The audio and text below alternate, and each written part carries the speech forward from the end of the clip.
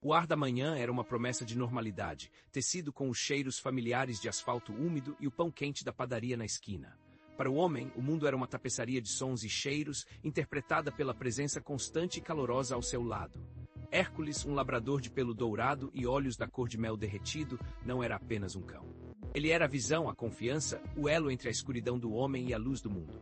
Cada passo na calçada era uma dança de confiança mútua, a guia de couro em sua mão não um instrumento de controle, mas um canal de comunicação, transmitindo as nuances do caminho que os olhos do homem não podiam mais decifrar. O ritmo de suas passadas era um só, uma simbiose perfeita forjada em anos de dedicação inabalável. Hércules sentia o mundo com uma intensidade que o homem jamais conheceria. O tremor sutil do chão antes da passagem do metrô, a mudança na corrente de ar que anunciava uma esquina, o cheiro de ozônio que precedia a chuva. Naquele dia ele sentiu algo diferente. Uma vibração dissonante, um ronco de motor que crescia de forma errática, faminta. Era um som que não pertencia à sinfonia urbana habitual. Era o som de metal e imprudência, rasgando o tecido da manhã. O homem continuava seu passo alheio, confiando plenamente no silêncio vigilante de seu guardião. Ele confiava que Hércules o pararia no meio-fio, que o guiaria pela travessia segura, como sempre fazia. O som explodiu, transformando-se de um zumbido distante em um rugido ensurdecedor. Hércules não teve tempo para pensar, apenas para agir. O instinto, afiado por anos de treinamento e cimentado por um amor que transcendia o comando, tomou conta. Em uma fração de segundo, ele viu o carro desgovernado, uma mancha metálica de morte avançando diretamente para o corpo frágil de seu humano. Não houve hesitação, não houve cálculo de autopreservação. Havia apenas uma diretriz gravada em seu ser: proteger. Com um grunhido baixo e poderoso, ele se tornou um projétil de pelo e músculo. O impacto contra o corpo do homem não foi um empurrão, foi uma colisão violenta e deliberada. Ele se lançou contra as pernas de seu dono com toda a força de seu corpo, arremessando para longe da trajetória fatal. O homem caiu de forma desajeitada na segurança da calçada, confuso, gritando o nome do cão. Mas Hércules não pôde responder. O som que se seguiu foi um baque doentio e úmido, o som de carne e osso cedendo ao aço impiedoso. Um ganido agudo, um uivo de dor pura e excruciante, cortou o ar da manhã, sendo rapidamente silenciado pelo chiado de pneus que se afastavam. Caído no asfalto, o mundo de Hércules era uma névoa carmesim de dor. O cheiro de seu próprio sangue era espesso e metálico. Uma de suas patas dianteiras estava dobrada em um ângulo grotesco, impossível, o osso branco e estilhaçado visível através da pele rasgada. Cada respiração era uma facada de fogo em seus pulmões. Mas mesmo naquela agonia, sua missão não havia terminado. Ignorando a dor que gritava em cada fibra de seu ser, ele ergueu a cabeça. Seus olhos, turvos e embaçados, buscaram desesperadamente a figura de seu dono. Ele o encontrou seguro na calçada. Apenas ao ver que o homem estava inteiro, que sua respiração, ainda que assustada, era constante, Hércules permitiu que um tremor percorresse seu corpo ferido.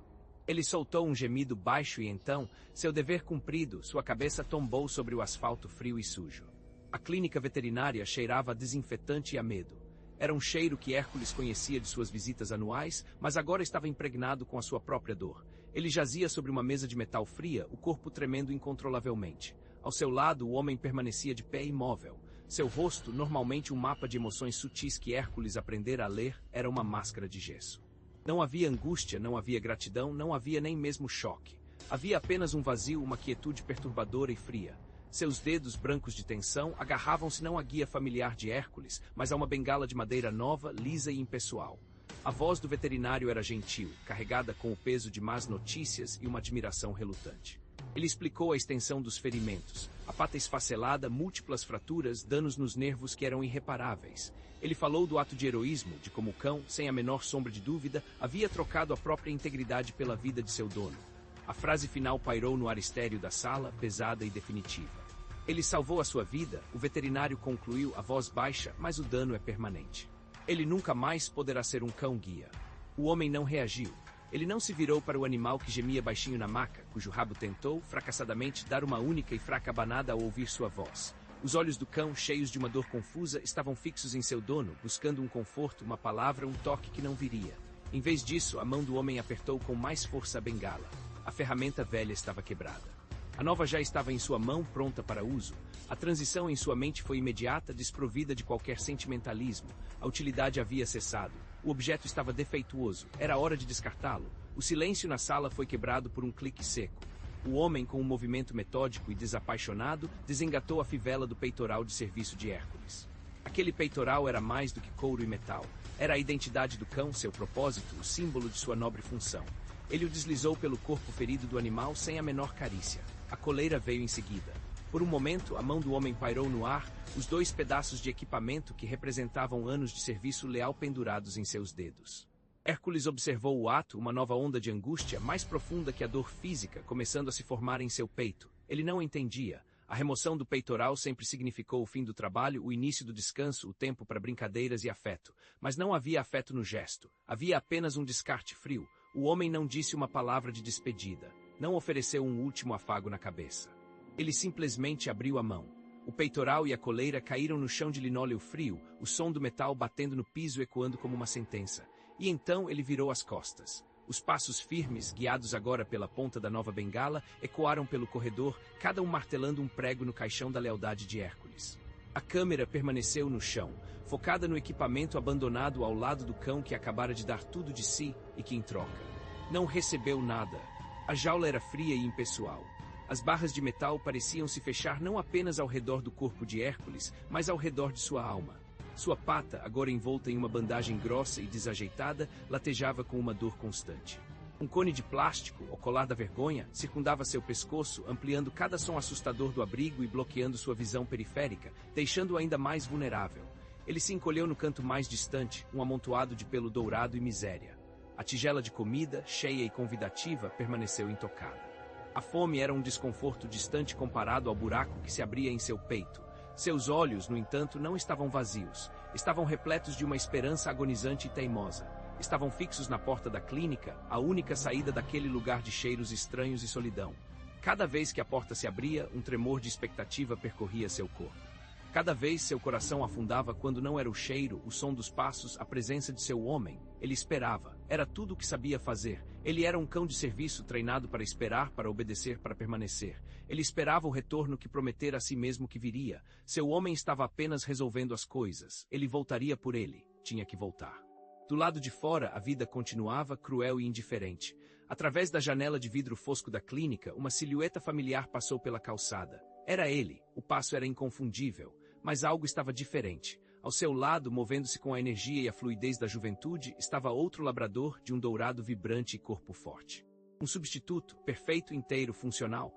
O homem caminhava com a mesma confiança de antes, a mão repousando sobre o novo peitoral, a conexão já refeita, o vínculo anterior apagado como se nunca tivesse existido. Hércules, de dentro de sua jaula, não podia ver, mas podia sentir. A esperança em seus olhos vacilou, como uma chama atingida por um vento gelado. Uma jovem enfermeira, o coração partido pela história do cão-herói abandonado, aproximou-se da jaula. Sua voz era um sussurro de compaixão. Ela estendeu a mão através das grades, oferecendo um petisco saboroso, um pequeno gesto de bondade em um mundo que de repente se tornara tão cruel. Hércules virou a cabeça, recusando a oferta. Seus olhos, agora turvos de uma tristeza insondável, focaram em um objeto no canto da jaula. Com o focinho, ele empurrou-o gentilmente para mais perto de si. Era um sapato velho. Um sapato gasto do seu dono, que deve ter caído e sido esquecido na confusão do acidente. A equipe da clínica, em um ato de piedade, o colocara ali com ele.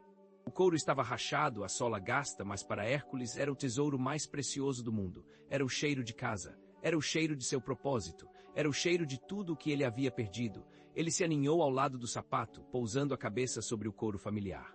Ele fechou os olhos, inalando o último vestígio de seu antigo mundo, o único conforto que lhe restava naquela prisão de metal e desespero. Na mesa do escritório do veterinário, a conta dos cuidados de Hércules repousava sob a luz fria de uma lâmpada de mesa. Era uma lista detalhada de procedimentos, cirurgia de emergência, pinos de metal para reconstruir o osso, analgésicos, antibióticos, diárias de internação. No topo da página, um carimbo vermelho e agressivo manchava o papel, pagamento recusado. O veterinário suspirou, o peso do mundo em seus ombros. Ele pegou o telefone, discando o número pela terceira vez naquele dia. Do outro lado da linha, a voz do homem não era de preocupação ou de dificuldade financeira. Era uma lâmina de irritação e desprezo. O veterinário tentou argumentar, falando sobre responsabilidade, sobre o sacrifício do animal. Ele mencionou a palavra herói. A resposta do homem foi um escárnio que viajou pelo fio do telefone e atingiu o veterinário como um tapa. Suas palavras eram precisas, cada uma delas um golpe calculado para ferir e descartar. Ele gritou no telefone, a voz distorcida pela raiva e por uma lógica monstruosa. Ele declarou que não tinha obrigação nenhuma. Ele gritou que não iria pagar um centavo para consertar uma ferramenta quebrada. A palavra ferramenta ecoou na mente do veterinário, uma profanação contra o ser vivo e leal que estava sofrendo a poucos metros dali. Antes que o veterinário pudesse proferir outra palavra, o homem proferiu a sentença final, com uma frieza que congelaria o inferno. A voz dele baixou para um comando ríspido e final. Deu um fim nele, o clique da chamada sendo encerrada foi absoluto, um ponto final em qualquer noção de decência ou gratidão. O veterinário ficou segurando o telefone mudo, o som da linha morta zumbindo em seu ouvido. Em seu apartamento, a quilômetros de distância, o homem colocou o telefone de volta no gancho. Ele se levantou, caminhou até a janela e ouviu os sons da cidade lá fora. Ele não sentiu nada, nenhuma culpa, nenhum remorso, apenas o alívio de um problema resolvido. Ele se virou, assobiou e o novo cão jovem inteiro veio prontamente, o rabo abanando, pronto para servir. A ferramenta quebrada havia sido descartada. A nova já estava em operação, e a vida para ele continuava.